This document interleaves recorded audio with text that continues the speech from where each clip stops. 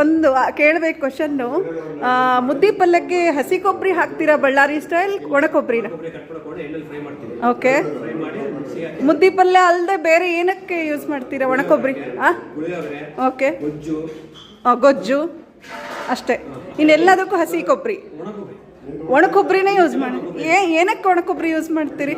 ಏನಕ್ಕೆ? ಅದು ಟೇಸ್ಟ್ ಬೇರೆ ಇರುತ್ತೆ.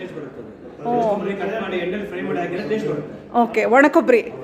ಹಸಿ ಕೊಬ್ಬರಿ ಟೇಸ್ಟ್ ಇರಲ್ಲ. ಓ ಹೌದಾ? ಓ ಅಂದರೆ ಅದು ಕೆಡಲ್ಲ ಅಂತನಾ ಒಣ ಕೊಬ್ಬರಿ? ಹಾಂ, ಎಷ್ಟೋ ತನಕ ಇಟ್ಟರು. ಹಾಂ ಹಾಂ, ಓಕೆ. ಯಾಕಂದ್ರೆ ಬೆಂಗಳೂರು ಕಡೆಗೆಲ್ಲ ಹಸಿ ಕೊಬ್ಬರಿ ಜಾಸ್ತಿ, ಟೇಸ್ಟ್ ಇರಲ್ಲ.